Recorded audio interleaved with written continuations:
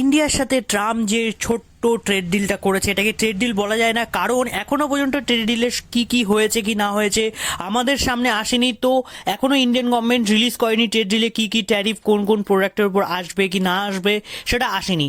কিন্তু ট্রাম্প ওখান থেকে অ্যানাউন্স করে দিয়েছে, ট্রাম্পের সরকার বলেছে যে ইন্ডিয়ার উপর থেকে আমরা 18% ট্যারিফ করে দিচ্ছি 50% থেকে। কিন্তু একটা ঘটনা হয়েছে যে ট্রাম্পের যে মেন রিজনটা ছিল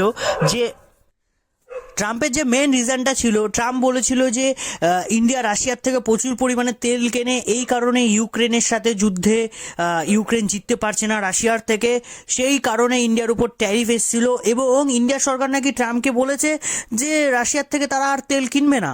যখন এই কথাটা রাশিয়াকে জিজ্ঞেস করা হয়েছে, মানে রাশিয়ার ফরেন মিনিস্ট্রিকে যখন জিজ্ঞেস করা হয়েছে, তখন রাশিয়ার ফরেন মিনিস্টার ডাইরেক্ট ডিনাই করে দিয়েছে, বলছে ইন্ডিয়া আমাদের এরম কোনো কথা বলেইনি বা এরম কোনো কথা হয়নি, এটা ট্রাম্প নিজে নিজে কথা বানাচ্ছে। এটা আমি বলছি না, তোমরা আর্টিকেলগুলো দেখতে পাচ্ছ স্ক্রিনে।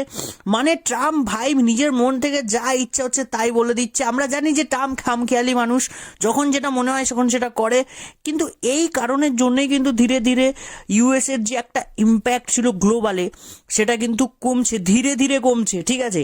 আর মেন যে সমস্যাটার কারণ, ইউএস এর যে আর্মি রয়েছে সেটা কিন্তু পুরো বিশ্বের 1 নম্বর আর্মি, কারণ ইউএস এর ওয়েপেন্স ভাই টপ নচ কোয়ালিটির ওয়েপেন। আরও আপডেটের জন্য চ্যানেলটাকে ফলো করে রাখো। ততক্ষণের জন্য জয় হিন্দ, বন্দে মাতরম।